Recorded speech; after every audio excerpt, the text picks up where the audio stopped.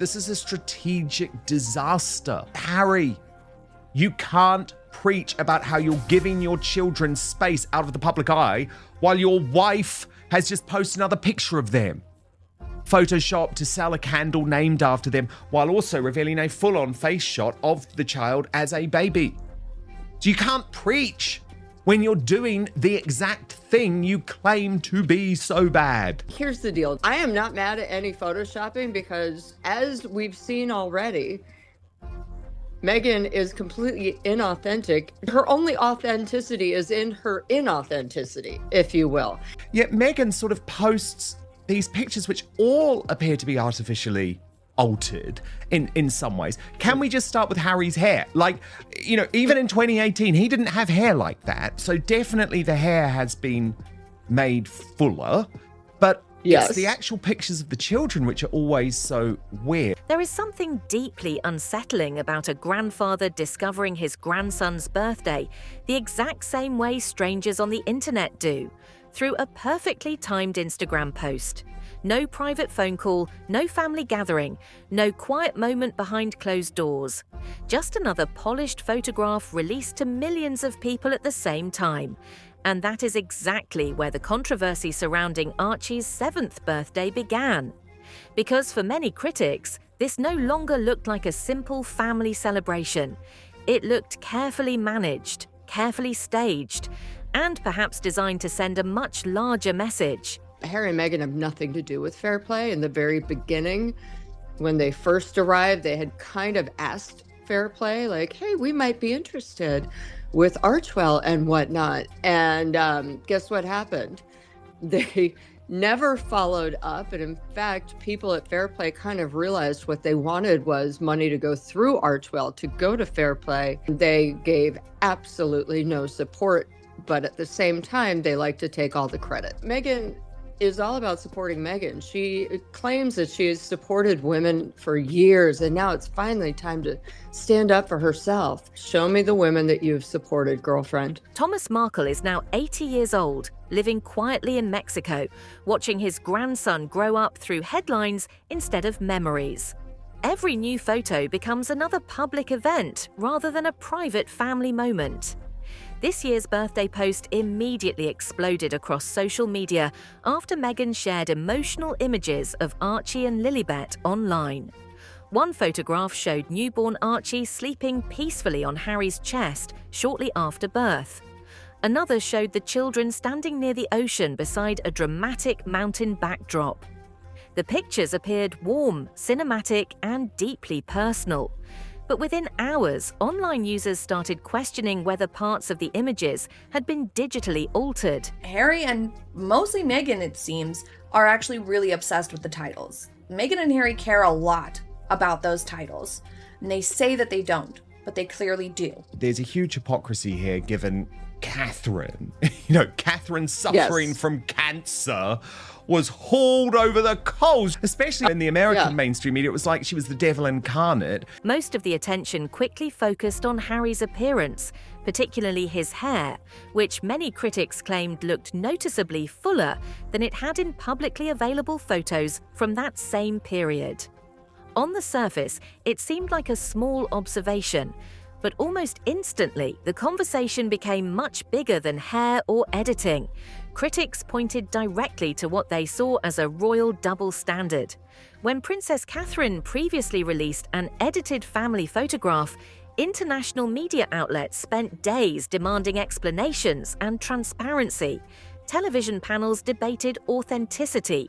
Newspapers treated the story like a global controversy. Yet Meghan sort of posts these pictures which all appear to be artificially altered in some ways. Can we just start with Harry's hair? Like, even in 2018, he didn't have hair like that. So definitely the hair has been made fuller, but it's the actual pictures of the children which are always so weird. Yet when similar suspicions surfaced around Archie's birthday pictures, most mainstream coverage barely addressed the issue at all. And that silence only intensified the backlash online. Critics argued that Meghan and Harry often receive completely different treatment depending on the narrative being promoted at the time. Supporters praised Meghan for sharing beautiful family memories, while critics accused the couple of carefully curating emotional content to maintain public sympathy and media attention. For many observers, the issue was no longer whether a photo had been lightly edited. It was whether the Sussexes were quietly turning private family moments into strategic public branding. That criticism became even louder because the birthday posts appeared at almost the exact same time Meghan's lifestyle brand was reportedly promoting luxury candles, inspired by the birth dates of Archie and Lilibet. Promotional emails circulated while the birthday images spread online. To some people, the overlap felt deeply uncomfortable. A child's birthday suddenly appeared connected to marketing campaigns, engagement numbers, and luxury product branding. And that is when the conversation stopped being about a birthday and started becoming about commercialization. The situation also reopened old criticism surrounding Harry's repeated warnings about media exposure and online privacy. For years, Harry has spoken emotionally about the damage caused by growing up under constant public attention. He warned about social media. He criticized press intrusion. He insisted he wanted his own children protected from the same system he believed harmed him emotionally as a child.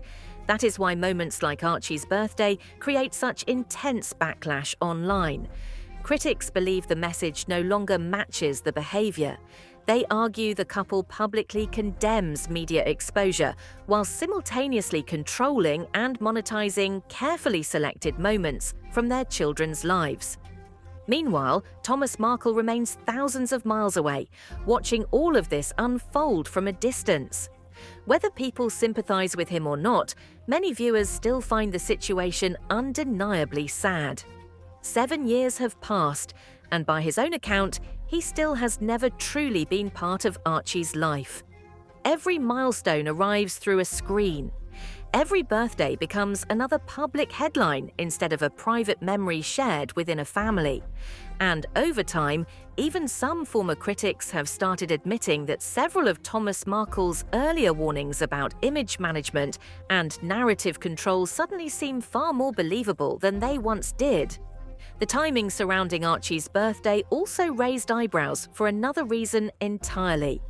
During that same week, positive headlines surrounding King Charles had started dominating royal coverage following major public appearances and renewed international attention. Then, almost immediately afterward, celebrity magazines began publishing glowing stories portraying Harry as a deeply modern and emotionally evolved father, often subtly comparing him favorably against his own father's generation.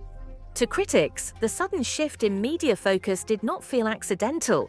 It felt strategic, almost like carefully timed counter-programming designed to redirect attention back toward the Sussex brand and narrative. And perhaps that is what makes this entire situation feel so uncomfortable to so many people watching from the outside. At the center of all the branding, public relations strategy, family feuds, interviews, and social media campaigns are two children who never chose any of this attention in the first place. One day, Archie and Lilibet will inevitably grow old enough to search their names online and see every headline, every controversy, every birthday post, and every public debate surrounding their childhoods. And when that moment finally comes, they may end up asking the same question millions of people are quietly asking right now. Where exactly does privacy end and publicity begin?